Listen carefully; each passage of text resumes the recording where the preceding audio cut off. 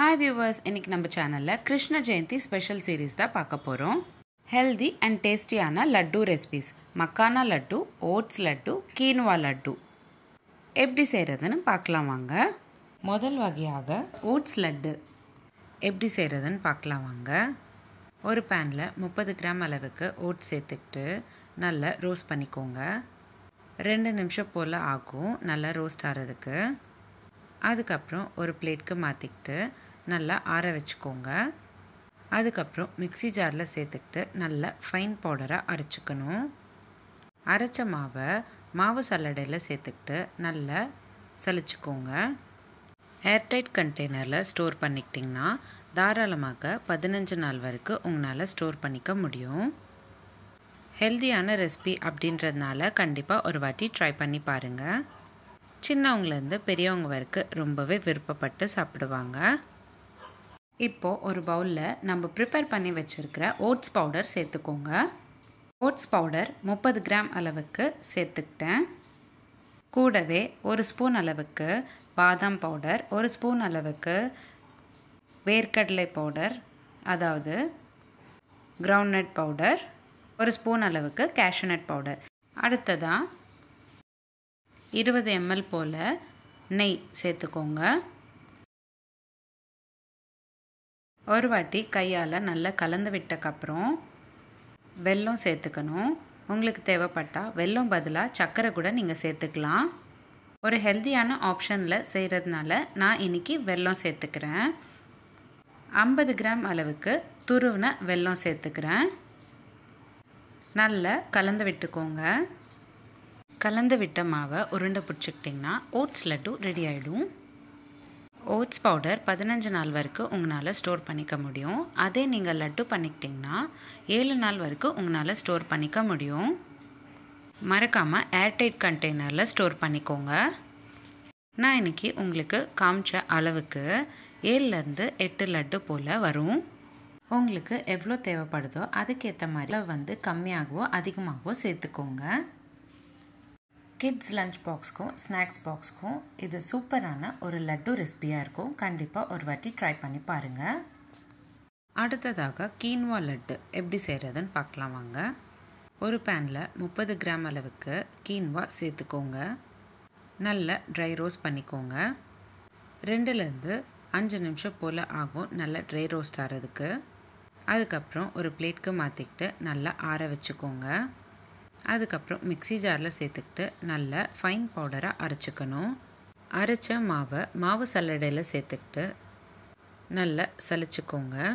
Airtight கண்டெய்னரில் store பண்ணிக்கிட்டிங்கன்னா தாராளமாக 15 நாள் வரைக்கும் உங்களால் ஸ்டோர் பண்ணிக்க முடியும். இப்போது நான் சொன்ன அளவுக்கு 5லேருந்து 6 லட்டு நம்மளால் செஞ்சுக்க முடியும்.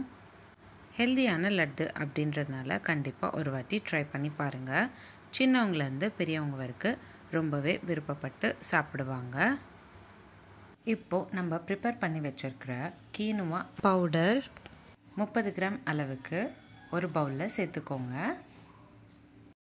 அடுத்ததாக 50 கிராம் அளவுக்கு துருவின வெல்லம் சேர்த்துக்கோங்க.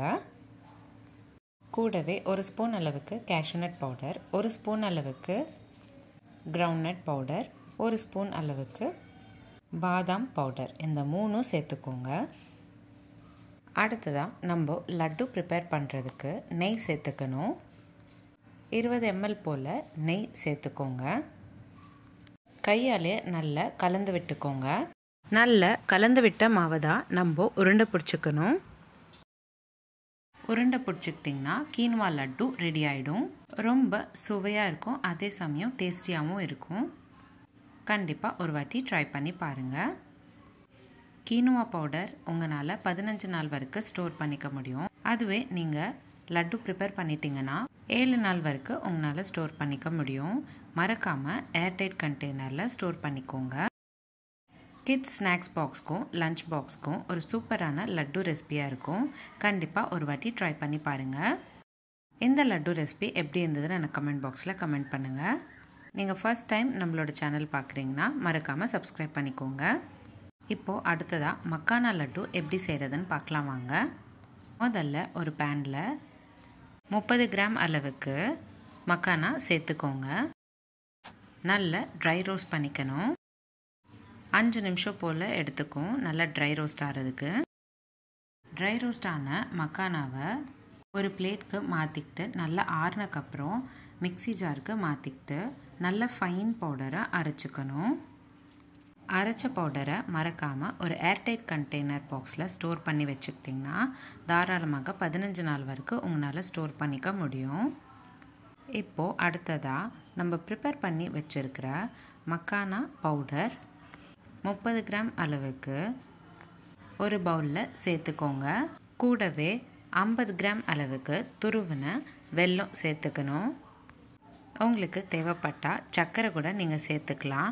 ஆனால் நான் இன்றைக்கி ஒரு ஹெல்த்தியான ஆப்ஷனில் செய்கிறதுனால வெல்லம் சேர்த்துக்கிறேன். அடுத்ததாக 1 ஸ்பூன் அளவுக்கு பாதாம் பவுடர், 1 ஸ்பூன் அளவுக்கு கேஷ்யூநட் பவுடர், 1 ஸ்பூன் அளவுக்கு கிரவுண்ட்நட் பவுடர், வேர்க்கடலை பவுடர் சேர்த்துக்கிட்டு அடுத்ததாக 20 ml போல் நெய் சேர்த்துக்கணும். இப்போது எல்லாத்தையும் நல்ல கையாலேயே கலந்து விட்டுக்கோங்க. கலந்து விட்டுக்கிட்ட மாவை நல்லா உருண்டை பிடிச்சிக்கணும். நம்ம கலந்து விட்ட மாவை நல்லா உருண்டை பிடிச்சிக்கிட்டிங்கன்னா மக்கானா லட்டு ரெடி ஆகிடும். ரொம்பவே டேஸ்டியாகவும் அதே சமயம் ஹெல்த்தியாகவும் இருக்கும். கண்டிப்பாக ஒரு வாட்டி ட்ரை பண்ணி பாருங்கள். மக்கானா பவுடர் உங்களால் 15 நாள் வரைக்கும் ஸ்டோர் பண்ணிக்க முடியும். அதுவே நீங்கள் லட்டு ப்ரிப்பேர் பண்ணிட்டீங்கன்னா 7 நாள் வரைக்கும் தான் உங்களால் ஸ்டோர் பண்ணிக்க முடியும். நான் உங்களுக்கு இன்றைக்கி சொன்ன அளவுக்கு 7லேருந்து 8 லட்டு வரைக்கும் உங்களால் ப்ரிப்பேர் பண்ணிக்க முடியும்.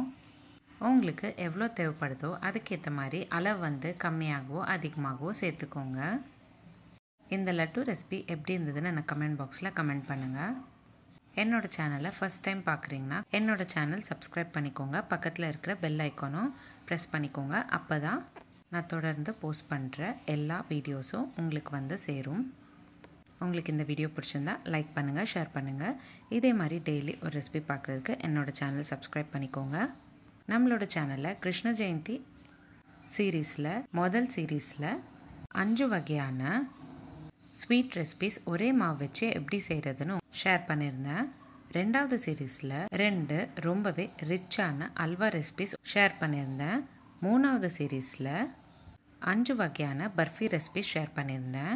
4வது சீரீஸில் 3 வகையான ஸ்வீட் உருண்டை ரெசிபிஸ் ஷேர் பண்ணியிருந்தேன். 5வது சீரீஸில் 7 வகையான சாவரிஸ் ஷேர் பண்ணியிருந்தேன். 6வது சீரீஸில் நோ ஆயில் நோ பாயில் 5 வகையான ஸ்வீட் ரெசிபிஸ் ஷேர் பண்ணியிருந்தேன். 7வது சீரீஸில் ஒரே மாவு வச்சு ஒரு sweet and hot recipe share பண்ணியிருந்தேன். 8வது சீரீஸில் சிம்பிள் அண்ட் ஈஸியான ஸ்வீட் ரெசிபிஸ் ஷேர் பண்ணியிருந்தேன். 9, 10, 11 சீரீஸில் ஹெல்த்தியான லட்டூஸ் ஷேர் பண்ணியிருந்தேன். எல்லா சீரீஸோட லிங்க் நான் வந்து உங்களுக்கு டிஸ்கிரிப்ஷன் பாக்ஸில் ஷேர் பண்ணுறேன். கண்டிப்பாக செக் பண்ணி பாருங்கள். கிருஷ்ண ஜெயந்தி ஸ்பெஷல் ரெசிபிஸ் மட்டும் இல்லாமல் நம்மளோட சேனலில் நிறைய சீரீஸ் போஸ்ட் பண்ணியிருக்கேன். Healthy pasta series, healthy breakfast ideas, kids lunch box ideas, கூட்டு சீரீஸ், குழம்பு சீரீஸ், ரசம் சீரீஸ், சட்னி சீரீஸ், ஆந்திரா பச்சடி சீரீஸ், தயிர் பச்சடி series, healthy ice cream series, healthy starter series, healthy milkshake series, gluten free recipes, no oil no boil recipes, no onion no garlic recipes, மார்கழி மாதம் சாதம் series, chapati side dish series, இந்த மாதிரி நிறைய சீரீஸ் நம்மளோட சேனலில் போஸ்ட் பண்ணியிருக்கோம். லிங்க்ஸ் எல்லாமே நான் உங்களுக்கு டிஸ்கிரிப்ஷன் பாக்ஸில் ஷேர் பண்ணுறேன். கண்டிப்பாக செக் பண்ணி பாருங்கள். இந்த வீடியோ எப்படி இருந்ததுன்னு எனக்கு கமெண்ட் பாக்ஸில் கமெண்ட் பண்ணுங்கள். மீண்டும் சந்திப்போம் ஒரு சுவையான ரெசிபியுடன். தேங்க்யூ.